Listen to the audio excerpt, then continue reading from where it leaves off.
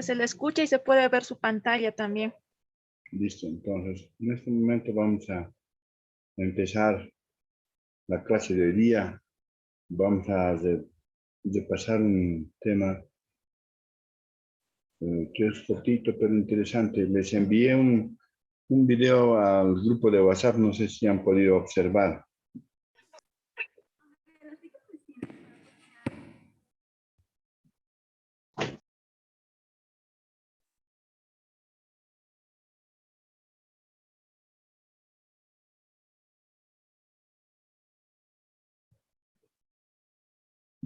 Bueno, repasemos este tema. Se trata de la fiebre hemorrágica boliviana.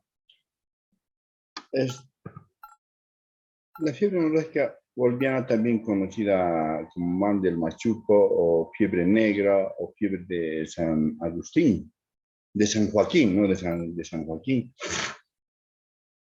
Es una enfermedad, podríamos decir, casi homónima de lo que es la fiebre hemorrágica argentina, ¿no? Esta es una enfermedad que por primera vez se produjo un brote epidémico en el departamento del Beni, en la localidad de San Joaquín, ¿no es cierto?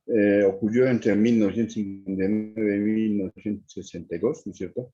Y entre 1963 llegó un grupo de expertos americanos para investigar la presencia de la enfermedad. Y en 1964 se logró ya controlar la enfermedad. Esta enfermedad tiene aproximadamente una letalidad, es decir, una tasa de mortalidad de aproximadamente un 30%, ¿no? En la actualidad en Bolivia, esta enfermedad no solamente está limitada a lo que es la región de San Joaquín, que queda en el departamento del Beni, sino también desde hace unos años atrás se ha podido identificar la presencia de esta enfermedad, ¿no es cierto? Y el vector de la enfermedad en el norte de La Paz y en el Chapare, ¿no? Con algunas pequeñas modificaciones esta del Chapare, de comportamiento un poco más particular. Entonces, podríamos decir que, sin lugar a dudas, que también está en una fase de diseminación de la enfermedad. Esta es una enfermedad, además de todo, endémica endémica y epidémica, es decir, se suele presentar en brotes, afortunadamente actualmente en pequeña escala. Está conceptuada, está englobada dentro de las enfermedades conocidas como antropozoonosis. Es una enfermedad de etiología viral. Es el virus del machuco, el agente etiológico de la enfermedad. Y es transmitida, ¿no es cierto?, por los roedores, por las ratas, ¿no?, de la especie Calomis callosus. Esto no significa que es el único vector de la enfermedad, porque también se ha demostrado que es posible el contagio interhumano. Como les decía, es una enfermedad de etiología viral, es un virus que pertenece a la familia de los arenavirus, ¿no es cierto? Fue descrito por primera vez el 18 de mayo de 1963, ¿no es cierto? Es un virus ARN, es decir, tiene su composición genética el ácido ribonucleico. Se caracteriza porque es lábil a la temperatura ambiente, tiene la forma de granos de café, es espiculado, ¿no es cierto?, y en su contextura tiene una doble capa lipídica que le da cierta especie de resistencia. De este mismo tipo de virus existen 8 especies. Y una de esas especies es precisamente el virus de San Joaquín, que es el agente etiológico de la fiebre hemorrágica argentina. Ahora, este virus, así descrito, está contenido, ¿no es cierto?, o se encuentra en las secreciones, en la orina, en la materia fecal, o sea, en las direcciones, ¿no es cierto?, y en la saliva del roedor, o sea, del Calomis callosus, de la rata del Calomis callosus. Este Calomis callosus, ¿no es cierto?, es de distribución neotropical, ¿no es cierto?, de este aproximadamente existen 7 especies, y prácticamente este vector se ha encontrado, ¿no es cierto?, desde lo que es el sur de de Venezuela hasta el norte argentino, ¿no es cierto? Y va en Bolivia también se ha podido observar desde lo que es ahora La Paz hacia la parte oriental de nuestro país. Este es un roedor de hábitos peridomiciliarios, como ustedes conocerán, ¿no? Ahora, es decir, que se produzca la enfermedad, para que una persona desarrolle la enfermedad, necesariamente existen, ¿no es cierto? Tienen que haber ciertos requisitos. Uno de los requisitos es que existe un virus, o sea, el agente teléptico de la enfermedad. Otro requisito fundamental es que exista el vector de la enfermedad. Perdón. Y el vector de la enfermedad, ¿no es cierto? Este es el ratón de la especie Calomis callosus. Ahora, ¿por qué vías uno puede llegar a adquirir la enfermedad? Si han tenido oportunidad de ver el video que les he enviado al grupo de WhatsApp, ¿no es cierto? Ahí describen, ¿no es cierto?, que la principal vía de contagio es la vía inhalatoria, o sea, la vía respiratoria alta, ¿no? ¿Por qué? Porque el virus, ¿no es cierto?, el vector de la enfermedad que contiene al virus, ¿no es cierto?, al estar presente este virus en las deyecciones, o sea, en la materia fecal del Calomis callosus, en la secreción salival y en la orina, ¿no es cierto? Entonces, esto hace que, como el ratón generalmente es de hábito domiciliario y nocturno, ¿no es cierto?, hace que al alimentarse de estos productos vaya humedeciendo, ¿no es cierto?, contaminando, colonizando todas las superficies, ¿no es cierto?, y estos alimentos al ser ingeridos por el humano, ¿no es cierto?, llega a adquirir la enfermedad. Además que al depositar, ¿no es cierto?, al depositar sus deyecciones o orina, ¿no es cierto?, saliva, el vector de la enfermedad, el Calomis callosus, contamina los pisos de tierra de las habitaciones, ¿no es cierto? Y estos, al realizar la limpieza, ¿no es cierto?, elevan, ¿no es cierto?, los virus leofilizados en el polvo, ¿no es cierto?, y los habitantes de estas habitaciones llegan a inhalar el virus, que es una de las formas más frecuentes de contagio. Esto también es importante aclarar, no descarta que también se pueda haber contagio accidental, ¿no? Accidental, como ocurre en los laboratorios laboratorios clínicos, ¿no?, por accidente laboral, ¿no? Entonces, una vía de contagio sería, y la más importante es el inhalatorio, cuyo mecanismo acabamos de describir, la mordedura del roedor, o sea, agresión al huésped, ¿no es cierto?, el contacto o el consumo de alimentos contaminados con las deyecciones biológicas del vector, ¿no es cierto? Y finalmente, el último mecanismo de contagio sería el accidente laboratorial, o sea, de tipo laboral. Ahora, este virus así contenido, ¿no es cierto?, va a afectarlo fundamentalmente al tejido linfático, al tejido vascular, fundamentalmente. A partir de eso puede llegar a tener localizaciones a nivel del sistema nervioso central, donde producirá obviamente encefalitis, ¿no es cierto?, a nivel del tejido miocardio, el corazón, fundamentalmente el miocardio, y producirá miocarditis, ¿no es cierto? También podrá afectar o localizarse en la glándula hepática, entonces podrá también tener sintomatología hepática compatible con hepatitis, ¿no? Podrá también afectar al sistema nefrourinario y producir generalmente nefritis, ¿no? Pero, sin embargo, les recalco que el segmento anatómico, tejido más afectado por este virus, que es conocido como el virus del machupo, esto en honor al, al río que pasa por la orilla del pueblo de San Joaquín, ¿no?, que se llama Machupo, ¿no? Es en conmemoración a este río que ha recibido este nombre del virus Machupo, ¿no? Entonces, ahora, una vez que uno ha adquirido el inóculo del virus, ¿no es cierto?, este actúa por citotoxicidad, ¿no es cierto?, aumento de la permeabilidad capilar, ¿no es cierto?, hay un incremento en la producción de interferón, ¿no es cierto?, y complejos inmunes. Esto va a producir una gran fragilidad capilar, va a producir una gran sangrados, ¿no es cierto?, como parte de la sintomatología, pero no va a producir una coagulación intravascular diseminada. Esto es importante, ¿no? A pesar de que sí también afecta al tejido hematopoyético y fundamentalmente al tiempo de coagulación, ¿no es cierto?, al tiempo de coagulación y al tiempo de sangría, ¿no? El periodo de incubación de esta enfermedad generalmente es entre 7 a 14 días. Generalmente es oligosintomático, suele presentarse como un simple estado gripal, es decir, mialgias, artritis leves, además de elevaciones térmicas febrículas, ¿no?, fundamentalmente. Pero ya en el periodo de estado, o también conocido con el nombre de periodo febril, ¿no es cierto?, que dura aproximadamente, o se extiende aproximadamente por 7 días, es donde el paciente va a tener una alza térmica importante, fiebre, ¿no es cierto?, fiebre que es de presentación indistinta en cualquier horario del día, ¿no es cierto?, que es intensa, acompañada fundamentalmente de escalofríos, ¿no es cierto?, mialgias, artralgias, fundamentalmente localizadas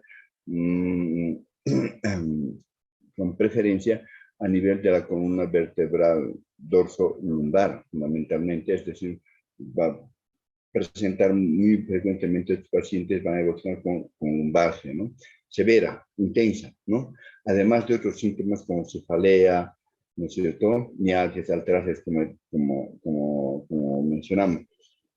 Y también es característico en estos pacientes que la facies va a estar, estos pacientes, apotagada, edematizada, ¿no es cierto?, eritematosa, ¿no es cierto?, de estos pacientes, que se va a acompañar de inyección conjuntival, epífora, ¿no es cierto?, y lesiones enantemáticas a nivel de las fauces, es decir, una congestión faucial intensa. Dentro de los síntomas neurológicos por la afección del sistema nervioso central, obviamente lo que va a tener son movimientos involuntarios, incoordinados, delirios, confusión, hasta inclusive síndrome convulsivo y o coma del paciente. Esto por la meningoencefalitis que puede producir por la localización anómala del virus, ¿no? Además, a nivel cardiovascular, cuando afecta, puede presentarse insuficiencia cardíaca por miocarditis. Si ustedes, como sabrán, por su conocimiento de cardiología, las miocarditis generalmente uno de los más importantes y frecuentes síntomas es la elevación de la frecuencia cardíaca sin aparente causa, ¿no? Es decir, taquicardia, ¿no? Ahora, existe lo que decíamos, lo que les mencionaba, que fundamentalmente afecta a la pared vascular, a la pared de los capilares, ¿no?, lo que va a producir como sintomatología importante de esta patología es petequias, gingivorragias, epistaxis, hemoptoicos, ¿no es cierto?, fundamentales, que es muy frecuente, pero que no son de gran intensidad, que se presentan no por alteración del sistema de coagulación, sino por la lesión a nivel de la pared capilar, ¿no? Y como les decía, y tiene una mortalidad elevada, ¿no?, aproximadamente hasta de un 15 a un 30%.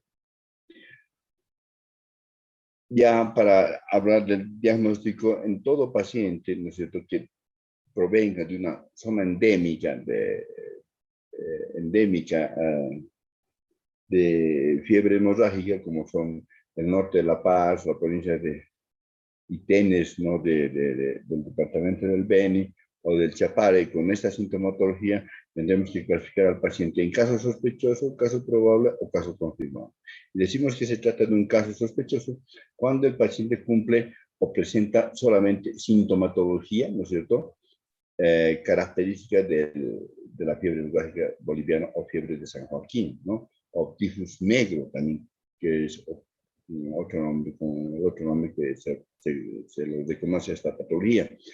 Decimos que se trata de un caso probable cuando el paciente presenta sintomatología de la patología, es decir, la fiebre hemorrágica de San Joaquín, ¿no es cierto?, más antecedentes epidemiológicos, es decir, procedencia o residencia en una región endémica para el tifus negro. Decimos que se trata de un caso confirmado cuando el paciente presenta sintomatología característica de la enfermedad, ¿no es cierto? Y la presencia del virus es confirmada a través de exámenes complementarios, como puede ser el PCR o la determinación de anticuerpos contra el virus del machuca, ¿no? Desde este punto de vista, nosotros tenemos que llegar a hacer el diagnóstico. Y el diagnóstico tiene tres pilares fundamentales. Se basa fundamentalmente en que en la signo-sintomatología del paciente, ¿no es cierto? Y el antecedente epidemiológico, es decir, la presencia de otros casos similares, ¿no es cierto? O la residencia o procedencia de una zona endémica de esta enfermedad, ¿no es cierto? Entonces, el diagnóstico se basa en esos dos pilares fundamentales. Ahora, este paciente que tenga estos dos antecedentes, siempre en los primeros casos se tienen que realizar ¿qué? La confirmación de estos casos, ¿no? Y eso debemos realizar a través de exámenes complementarios, ¿no? De exámenes complementarios. Los exámenes complementarios generales son vagos como en cualquier otra enfermedad de etiología viral. Sin embargo, los exámenes complementarios específicos, es decir, que determinan la presencia del material genético del virus o la presencia de anticuerpos contra los antígenos del virus, son la base fundamental del diagnóstico. Desde ese punto tenemos dos pruebas que solicitar. Reacción en cadena de la polimerasa en tiempo real para fiebre hemorrágica boliviana o fiebre de San Joaquín o tifus negro, ¿no es cierto? Y la de serología, ¿no? ELISA, ¿no? Para determinar la presencia de IgG, IgM o IgG, ¿no? IgM de presencia del M en la fase aguda de la enfermedad o IgG para la fase crónica o subaguda de la enfermedad, ¿no? Con esa tecnología sí contamos en nuestro medio en Bolivia, ¿no? Y está al alcance de cualquier paciente, porque estos son pruebas gratuitas que las costea el Estado, el Ministerio de Salud, ¿no? Ahora, el tratamiento. Al tratarse de una enfermedad viral, el tratamiento es solamente sintomático, ¿no? Entonces, ¿qué tenemos? El tratamiento sintomático en la fase inicial está compuesta por tratamiento de reposo, ¿no es cierto? Es decir, donde tendremos que tratar que el estado febril del paciente, ¿no es cierto? Y una adecuada hidratación del paciente. Hidratación que podría ser de acuerdo al grado de severidad de la enfermedad, por vía oral o por vía parenteral endovenosa, ¿no? En ese caso, el paciente tendrá que ser hospitalizado, ¿no? Y entonces estos pacientes, como existe una alteración fundamental en esta patología, que es la alteración de la pared capilar, entonces hay que tener mucho cuidado en la administración subcutánea ¿cierto? De fármacos o intramuscular de los fármacos, ¿no? De preferencia tendría que ser endovenosa, ¿no? Hay un tratamiento que se ha utilizado, se ha preconizado con muy buenos resultados, ¿no es cierto? Que es la aplicación de este antiviral, que es la divarabina, ¿no es cierto? Que se ha utilizado con cierto éxito, ¿no es cierto? En la fiebre hemorrágica de San Joaquín o tifus negro, ¿no es cierto?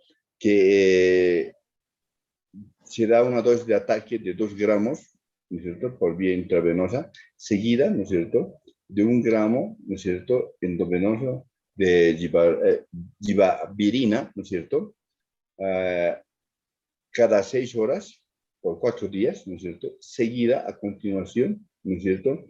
De la misma gibavirina, ¿no es cierto? De 500 miligramos endovenoso cada 6 horas, cada 8 horas por el lapso de 10 días. Entonces, tenemos que, en total, el tratamiento sería, ¿no es cierto? Por el lapso de 10 días, ¿no? Otra alternativa muy interesante en el tratamiento, ¿no es cierto?, es la administración de plasma hiperinmune, ¿no? ¿Cuánto se administra? Se suele administrar entre 3.000 a 400.000 unidades, ¿no? Por kilogramo de peso. Pero en este caso, tener cuidado que la prescripción y administración de este plasma hiperinmune, ¿no es cierto?, o inmune, ¿no es cierto?, tiene que ser máximo hasta el 8º día después de iniciar el cuadro clínico de la presencia del primer tipo. Ya al 9º, 10º día, el efecto, el resultado que tiene no es bueno, ¿no es cierto? Inclusive algunas veces se llega a decir que es deleterio, ¿no? Este paciente Estos pacientes deben ser un cuadro clínico moderado o severo, deben ser tratados en forma intrahospitalaria, ¿no? En forma intrahospitalaria, y deben ser agrupados en series de pacientes, ¿no es cierto?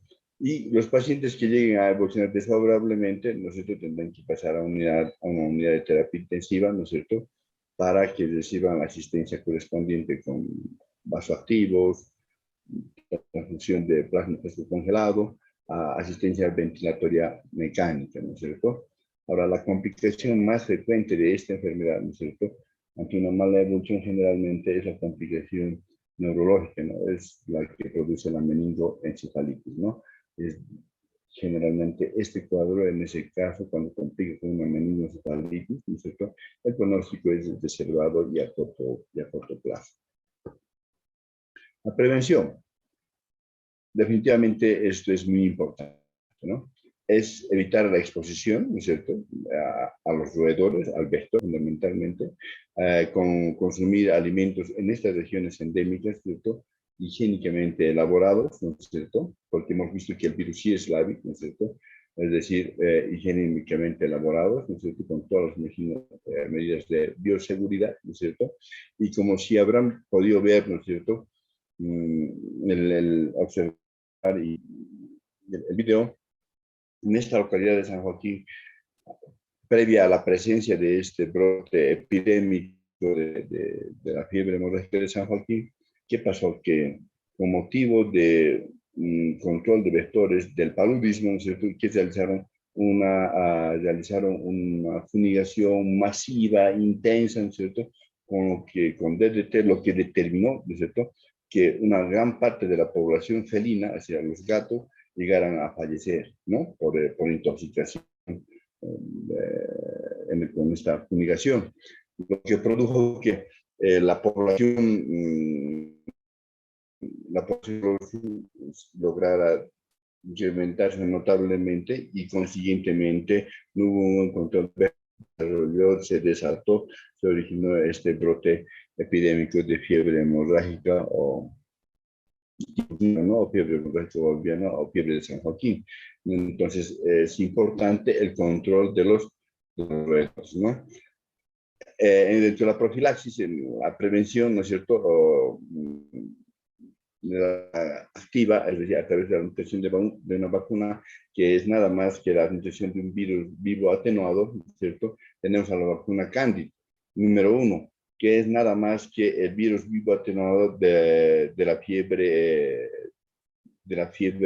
hemorrágica argentina, ¿no es cierto? Es decir, un virus vivo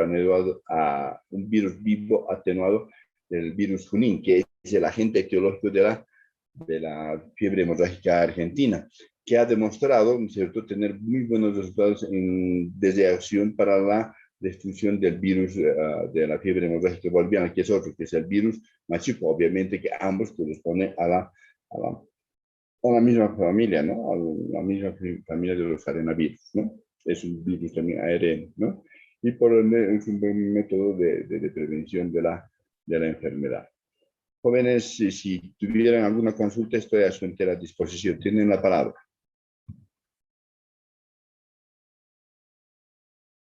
Bueno, si no tienen ninguna consulta, nos vemos mañana en la segunda clase de esta semana a las 4 de la tarde por este emisor medio, y previamente les haré llegar el enlace para que pasemos clases. Muy buenas tardes, que tengan buen resto de jornada, jóvenes. Hasta luego. Muchas Muy gracias, buenas tardes. doctor. Hasta luego.